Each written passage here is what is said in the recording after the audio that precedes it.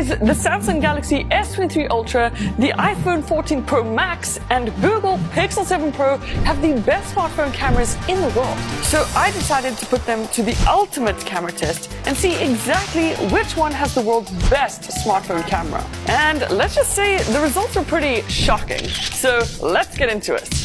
Now, of course, the megapixels on these cameras are pretty important. So the 14 Pro Max has a 48 megapixel camera, the Google Pixel 7 Pro has a 50 meg camera, and the Samsung S23 Ultra has a whopping 200 megapixel camera. So I tried to test them in multiple different locations with different lighting conditions, colors, environments to really see the results. And don't get me wrong, all these pictures are so great, but Samsung did seem to always oversaturate the colors, like a lot. The 14 Pro Max was good, but nothing super impressive, and the Pixel overall was great and had the best definition in the rocks. When it comes to color accuracy, as mentioned, Samsung just oversaturated again, and I did have Scene Optimizer off for all of these. iPhone and Pixels were both great and closest to real life. I also asked you guys which photo you preferred the most, and let's just say the results were super surprising, but we'll get to that a bit later on.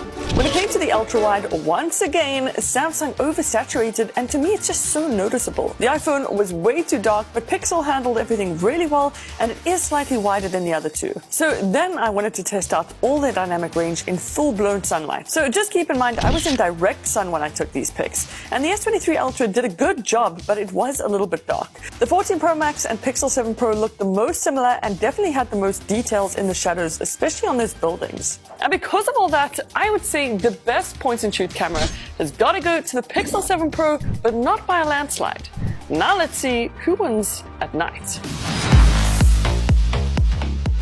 Now onto night shots. I had so much fun testing these out, and I made sure all three phones had night mode turned on just to make sure they were using the right lenses specifically for low light shots. And let me just say, it is shocking to me at how well these three phones did at low light, but when you zoom in, you'll notice the Pixel handled lighting and details much better than the other two. It's actually so hard to tell these three pics apart, but when you look at the cloud, the Pixel was a bit cool tone, iPhone was a bit warm tone, and Samsung seemed to get it just right. But what's even more crazy is that all these phones' cameras have gotten so good, you can take pictures of the stars or the night sky with them. That's just out of this world.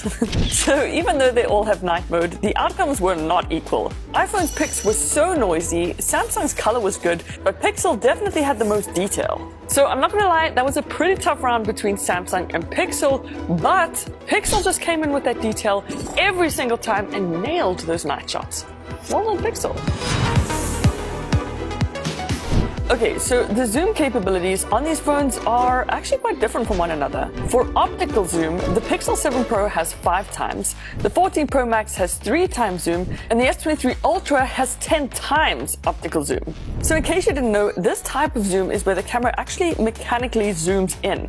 So the quality is generally really good. And there is no doubt about it, Samsung's optical zoom is impeccable. It has the most amount of zoom and detail by far. Then for digital zoom, the Pixel 7 Pro has 30 times, the 14 Pro Max has 15 times, and the S23 Ultra has 100 times zoom. And so now digital zoom is where the phones actually use software to enlarge the image, and generally the quality is lower. So I didn't test this with pictures of the moon, but you'll see on Big Ben, Samsung smashed it out the park. iPhone couldn't even really compete, and Pixel did a pretty good job.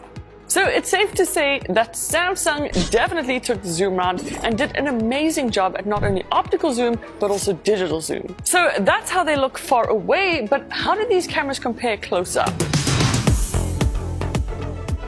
On to macro mode, and this is all about picking up tiny details that you wouldn't normally see with the human eye, and you'd be amazed at what these cameras can capture. So here's a picture I took of sea stones, and while the Pixel did not do too badly, Samsung had more detail and some nice colors. Here's an even better example I took of the inside of a flower, and Samsung did just have more detail, where you can even see this like a furry texture. And what's also nice is all three of these phones actually automatically switch to macro mode as soon as you get close to a subject. So I thought there would be a pretty big difference between how close you can get to the subject, but they're all pretty much the exact same. So here's another example I took of a $1 bill, and I'm not gonna lie, they all did a great job, but when you zoom in even more on a macro shot, it's only then that you really see all the different details. Honestly, Samsung surprised me with this one because it was able to pick up a lot of detail. Pixel came second, and iPhone just kind of fell flat for me, so this point goes to Samsung. Now, we gotta talk about the selfie cameras on these bad boys because most of us use them a lot, and for such tiny cameras, it's actually amazing at how good they're getting. So when I took these examples, I noticed Pixel kept softening my skin, iPhone ruined the sky, but Samsung got it just right. As for the wide selfies, the results were quite different, and I really liked iPhone's the most. Here's another example I took where you can really see what Pixel is doing to my skin texture. iPhone's sky and clouds were weird again, but Samsung got it spot on. But importantly, the S23 has a 12 megapixel selfie cam, just like the iPhone, whereas the Pixel only has a 10.8. And in case you're wondering what the audio and visual is like on these cameras, this is what it sounds like on the S23 Ultra, this is what it sounds like on the 14 Pro Max, and this is what it sounds like on the Pixel 7 Pro. Finally, I also tested out low light selfies. iPhone actually did the worst job to me. Pixel's was too blue, but Samsung nailed it. Before this test, I genuinely thought iPhone was going to take much better selfies, but safe to say that Samsung came out on top. Nice. Also, make sure you sub if you want to see even more crazy comparison videos like this. Now, one mode I don't see a lot of people talking about is this one, portrait mode. You can get some amazing shots in this mode, and although the background blur is not entirely real, these cameras do a fantastic job at making it look real. But the test really is about how well it can isolate or cut around the subject, and Samsung kind of struggled with this. iPhone did a great job, and Pixel's quality was terrible. Each of these phones also have a zoomed portrait mode, but they were very different from one another. Pixel's bad quality really surprised me a lot, but Samsung and iPhone both did great. Once again, this felt like a very close call, and I think most of this does come down to personal preference, but the iPhone just does do a better job at isolating the subject, which is kind of the entire point of portrait mode. So the 14 Pro Max gets this one. Okay, so with video, Samsung can film in 8K resolution, which is double what iPhone and Pixel film in. And you might think this gives Samsung a huge boost in quality, so I went to London Central to really test this out. Now, all these videos look amazing, but if you pay close attention to Samsung, the exposure actually shifts a lot. Pixel's color was slightly off, but iPhone was the most color accurate, detailed, and smooth. The results were very similar here, with Samsung's exposure doing this kind of jumping thing, whereas the 14 Pro Max had the most impressive dynamic range. It was just as interesting to see how these puppies did in low light, and the Pixel 7 Pro's quality was by far the worst.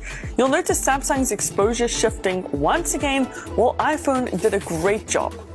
So surprisingly, although it kinda underperformed in photos, the iPhone definitely has the better overall video quality, but Samsung was not far behind. So the point for this round goes to the 14 Pro Max. So Apple and Samsung recently got Hollywood directors to use their phones as cinema cameras, but how do all their cinematic modes really compare?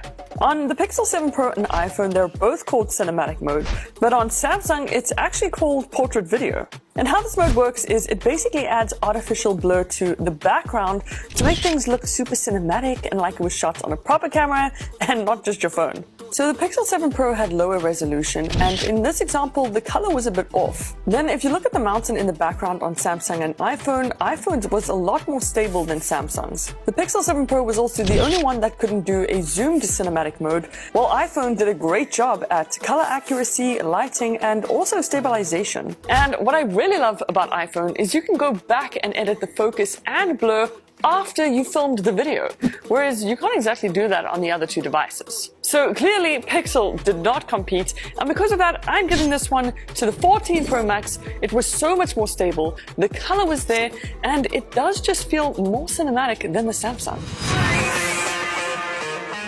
Now, these three phones have some of the best stabilization in the world, and I had to make sure stabilization was turned on every time before filming, and it's also important to note that the quality does drop when stabilization is on. But I was so impressed to see at how well all these phones stabilized the footage, and I'm not gonna lie, it was actually pretty tough to tell the difference between them. But iPhone's quality is slightly higher than the other two, and here's an example I took with the wide-angle lens. Pixel's is slightly less stable, but it's really not that bad. Then I also tested out the zoom lens for stabilization just to see what difference that made. And interestingly, iPhone was able to zoom in the most and keep the most amount of quality, but the other two still did a solid job. So the S23 Ultra and iPhone 14 Pro Max were almost identical when it came to stabilization, but the iPhone won this round only because of that higher resolution and that zoomed stabilization, which was unmatched by the other two. So the 14 Pro Max gets this point. So all three of these phones take raw pics, but you do need to make sure it's Follow, like, and subscribe. News 24 Philippines Daily News.